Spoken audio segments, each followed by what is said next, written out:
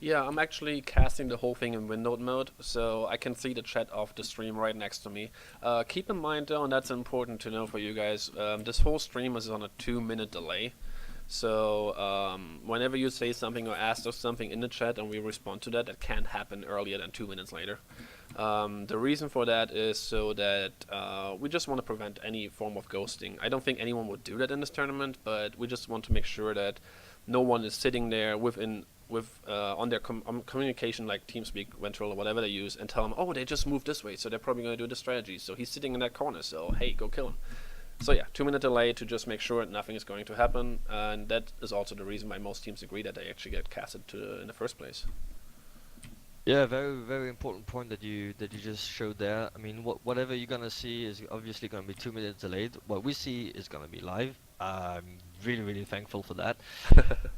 Also, if you have any comments about the quality of the stream, the quality of the casting as well, please tell us. We want to do this as good as possible just Oh for yeah. you guys out there. In the meantime, you can also try to get all your friends to join the stream by tweeting, yeah, the URL of the stream, tweeting us, tweeting America's Army, Proving Grounds, etc. Get your friends to see this, and try to promote America's Army as much as possible, so we can get even more people playing, even more teams joining the competitive aspect of America's Army Proving Grounds, and hopefully have this game being a great success. Okay, I just did something here. I flew all the way up, like really high on the map, and I'm looking around, and I cannot believe how freaking huge this map actually is. That is That's insane. completely true. It's like a whole I've, city I've over actually, here. I took actually a trip all the way to the far end of the map, and this was huge. At one point I said like, I know I can't keep going. I'm getting lost.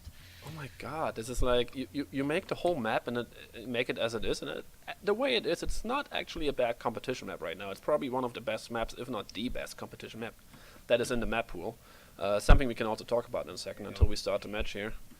And wow, and then you create this whole other map around it with a city on the left, and oh wait a second, I see what's going on here. This is one of those maps where several maps are connected. Like over here we have Crossfire, just to the, oh god, was it the north, the west? Yes, and you want to be on the stream? Yeah, you can say hello to my dog. She really wants to see you guys. What's going on? Okay, sorry about that. So we have Crossfire over here on the left side. I'm trying to fight my dog. Is there any other maps? Oh, over here, yep. But that's only the start of the map. That's funny. Okay, anyways, I'm gonna go back to the map we're actually playing on tonight and not show you everything else, which we can do in other matches in the future. Actually, I have maybe a little bit of a geeky question, being of a gaming background in my education. Okay. Towards the devs, since we have them tonight, as you pointed out, we have different maps on the same map. Resources-wise, is it using a lot of the computer resources to have a bigger map than just having the small map that is being played on? I hope they will listen to this and answer us in the chat whether I'm that sure they will. it's affecting resources. I was wondering the very same thing actually. I was always under the impression you want to throw everything that doesn't actually belong to the map away to make it as good on your machine as possibly possible, but they will probably know a lot better that they haven't joined the teams yet. They will probably know a lot better than us whether this is going to affect my computer at all or not. So we'll see what they say. I'm very interested to hear about it. It looks like we have almost everyone on the server by now. Let me quickly check this. We still have a few guys missing. A total of 10 players, that's including us, so 2 players are still missing on the server. But I don't think it's going to take too much longer anymore. I know we haven't actually seen these teams yet, but if you had to bet, who do you think would win tonight? That's a really tight call. From the discussion we had, that's a bit of an insider knowledge we have here. I know that both teams been actually practicing the map and setting up some strategies. For one, I know that the version 2 side has been really looking at the old map, the other semifinal, to see how the 2K2S did in order to take that huge lead. And despite the fact they're not going to play exactly at the 2K2S, they definitely thought about what if the opponent was playing like 2K2S, how should we counter it? Which means it's a very reflective team. Yeah. However, the Portuguese team, I don't know, that thing about being so dedicated to play competition, the fact of having played with huge pings, there has to be something there that proves that these guys are really willing to do this well and to actually get some rounds and win it. So all in all, I'd favor the technical aspect of it, and I'd say maybe version 2 has the small advantage of being on the North American continent and having a bit of a better ping. Okay, so that means I'm gonna have to go with War Machine, which is quite funny. I'm in the US rooting for the European team, and you're in Europe rooting for the American team. Wonderful. I'm not rooting it. I'm just trying to get my logic to think straight.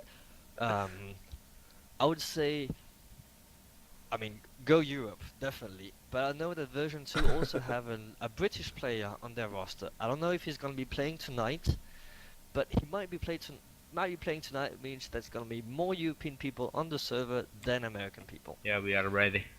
Nice. Okay, I think the teams Yeah, I are think about we're ready as well, guys. Give me a So second. we'll grab Bravo. Okay. Roger that. One thing that you can I be have I sure found though is another that bug these here. two teams are really, really friendly. I mean, the fact that we've been talking to them a bit today, and yeah, great, great, great team. Now, Yeah. if you go to the score team, James Carter, you'll be straight seeing who's from Europe and who's not from Europe. And I have to say, tonight, the European teams, oh, not the European team, but the European players are in majority, me included. Wonderful. All right. Well, I think we're about to start in about 40 seconds. I have two more things to say. One thing I just no, never mind. One more bug I found. I'm looking at the watch clock tower, at the clock at the watchtower, and that time could never happen. The small arrow is directly on 2, and the big arrow is just 5 past half. So that will never happen on the real clock. So devs, come on, really, come on. Okay, I had to do that. Okay, Alright. we Otherwise have Alpha than Team, that, Bravo Team. We're ready, and the Portuguese team is on assault, and the way I see it split up is they're gonna split up 3 going towards the police station, and alright, they're changing a little bit up. 2 of them are going to the clock tower.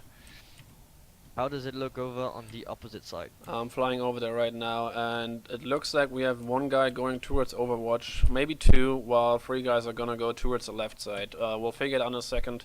We will have me trying to do as much first and third person view as possible, so you guys see more of the action, while you are more in the overview to tell us where to look at and what's going on. Alright, as I'm saying that, we're starting the match 0-0. 1 Overwatch, 1 alleyway in the back, 1 is going down to the basement. No one is at the objective because 2 guys are going to police. That might be a mistake. We'll see. Actually, what I've seen on the Portuguese side is like 2 of them playing aggressively, while the 3 others are playing very defensively. 1 guy already in the police station. We have a very laid-back American team. Version 2 is really staying back. Actually, already on the police station. There's a lot of fighting going on over there. I'm trying to get over to that player who's in the police station. Here we go. Akita Ray. We are in a 4v2. Nope, make that a 3. No, now it's a 4v1 situation. Last player alive for Shadow is Shadow Hunter on the Overwatch. And that doesn't look good for him this round here.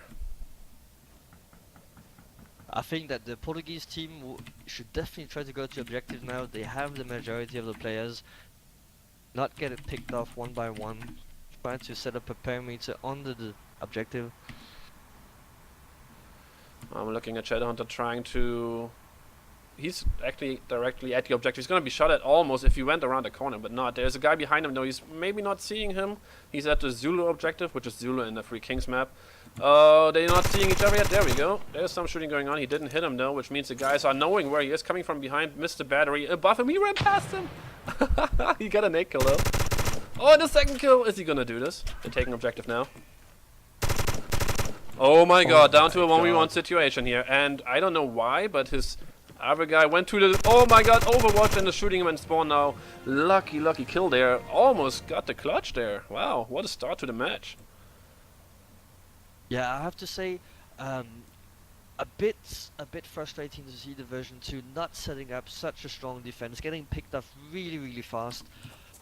And what we see here is actually the Portuguese side of War Machines setting up their enclave on the objective, being able to have a big surrounding on the whole objective and be able to take off version 2 one by one. I think if I was on the version 2 side, I would say try to spread out a little bit more and cover all the angles. I just realized I still had the camera on, so I'm taking it off now so you guys can see a little better. I just got an answer from one of the official developers about the time problem on the Watchtower, and he just simply said, well, our team lives in their very own special time zone. Alright, I'm gonna go to the police station area again. No, front entrance, there seems to be some action here. Completely the same setup for the War Machine in Portugal. Oh, he kind of flanked him. This time, go ahead. yeah, this time as I was saying, that the defense side had to be a bit more aggressive to cover all the angles. That's exactly what they did in the middle. Really well played by Guff, by trying to flank Guff and remove the assaulting rushes towards the building. You can see there's actually Mr. Battery is in the shipping. I'm calling the shipping this area here. While Guff is right on the other side of the wall. They're not seeing him, but we have someone else coming up here. Maybe he's gonna run into Mr. Battery. No. Oh, I pressed the wrong button. Here we go. Oh my god, they're right next to each other here behind the boxes.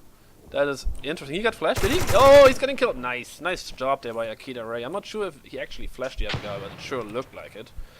Putting us down to a 3v2 situation in favor of Assault. One nade going to the objective, no one there. Where's the action going on? Let me fly out for a second here.